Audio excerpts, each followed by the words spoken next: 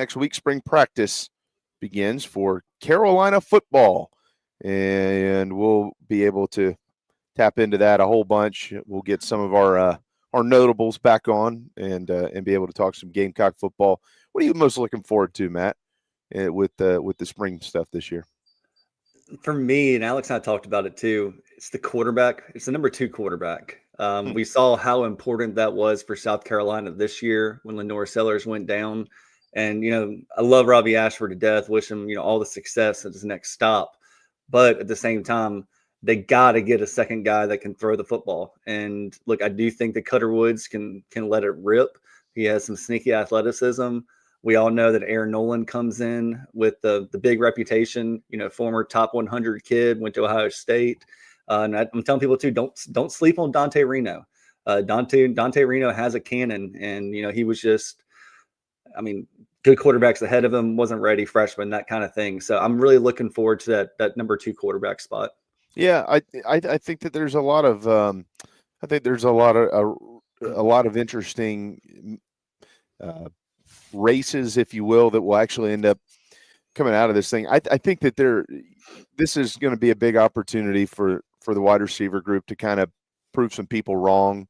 I think I'm probably one of the few that actually believes that they're much better than they're getting credit for. I think some of the national media and stuff continue to kind of pick on them and think that I know that they're going to, if they can find a guy in the portal that's really good, they're going to try to sign him. There's no question about that. But I also think that they kind of like the guys that they've got. And you think about all the experience it returns with those top 4. They've played a bunch of football. So I think that group's better. I think they're going to be able to kind of prove it over the next few weeks. So I'm really excited to see him. Clearly, everybody's excited to see the running backs and this, that, and the other. But I go back to the same thing that I'll die on this hill. I will die on this hill, Matt. There is no way that we can spend 12 months a year talking about you're not going to be any good in the SEC unless you're good in the trenches. And then when it comes time to, well, what are you excited to see the most? Nobody talks about the trenches. So, well, they had a bad year. Well, they weren't very good in the trenches. It equates every single time. You do realize that, right? Every team, you can go to the offensive and defensive lines, and if they were pretty good, that team was probably pretty good. If they were excellent, that team was probably excellent. If they were terrible, that team was probably pretty terrible.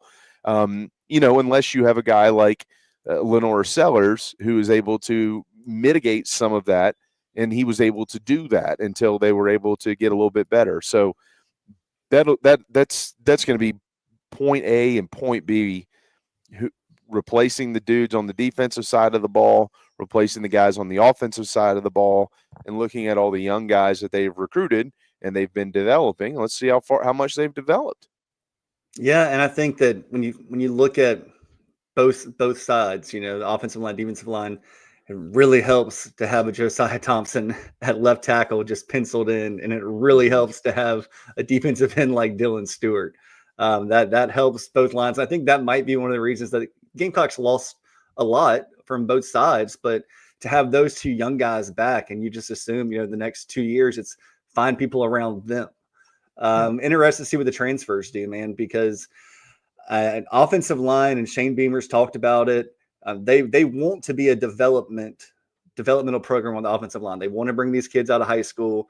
If they have to plug and play with the transfer, they want to. So it'll be interesting for me to see how these transfers find their way into the 2 deep, because I will have some concern if a Blake Franks is 3rd string or something like that. Some of these guys that they brought in, Cam Pringle had a very highly rated player. Where is he going to fit in? Is he going to be a tackle? Is he going to be a guard? He's a mountain of a man. But, last year with Gamecocks had 2 transfers that came in and played on the offensive line. Is that going to be the case again this year? How's that development going? Yeah, no question. I totally agree.